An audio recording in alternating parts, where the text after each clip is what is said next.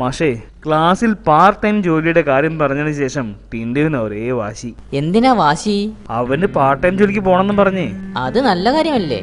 School time കഴിഞ്ഞ് 4:30 മുതൽ 7:30 വരെയുള്ള സമയമാ അവന്റെ ജോലി. Very good. ജോലിയുടെ മഹത്വത്തെ കുറിച്ച് ചെറുപ്പത്തിലെ അറിയുന്നത് വളരെ നല്ലതാ. പക്ഷേ അതവന്റെ പഠിത്തത്തെ ബാധിക്കുമോന്നാ എന്റെ പേടി. എല്ലാത്തിനും അതിൻ്റെതായ സമയം കണ്ടെത്തിയാൽ പ്രശ്നമൊന്നുമില്ല. അല്ല, എവിടെയാ ജോലി?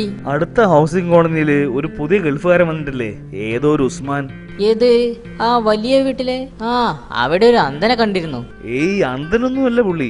24 മണിക്കൂറും കോഴിങ് ക്ലാസ് വിട്ടേ നടക്കൂ. ഒരു അഴകിയ രാവണനാ. പുള്ളിക്ക് വൈകിട്ട് ഒരു കുക്കിന്റെ ആവശ്യമുണ്ടെന്ന് കേട്ടു. ടിൻഡു പോയി, ജോലിയും കിട്ടി. അതിന് അവന് പാചകം അറിയോ? വാചകം മാത്രല്ലേ ഉള്ളൂ. അത്യാവശ്യം വേണ്ടതൊക്കെ ഞാൻ പഠിപ്പിച്ചു കൊടുത്തിട്ടുണ്ട്. അവൻ നന്നായി ദോശ ഉണ്ടാക്കും കേട്ടോ.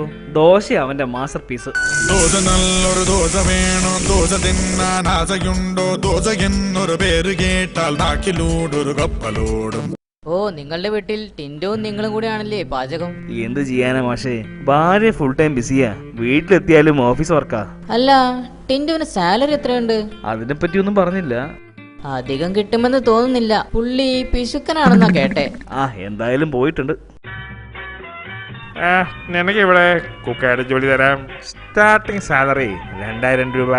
സ്റ്റാർട്ടിംഗ് സാലറി ഓക്കെ, പക്ഷെ കുക്കിംഗ് സാലറി എത്രയാ?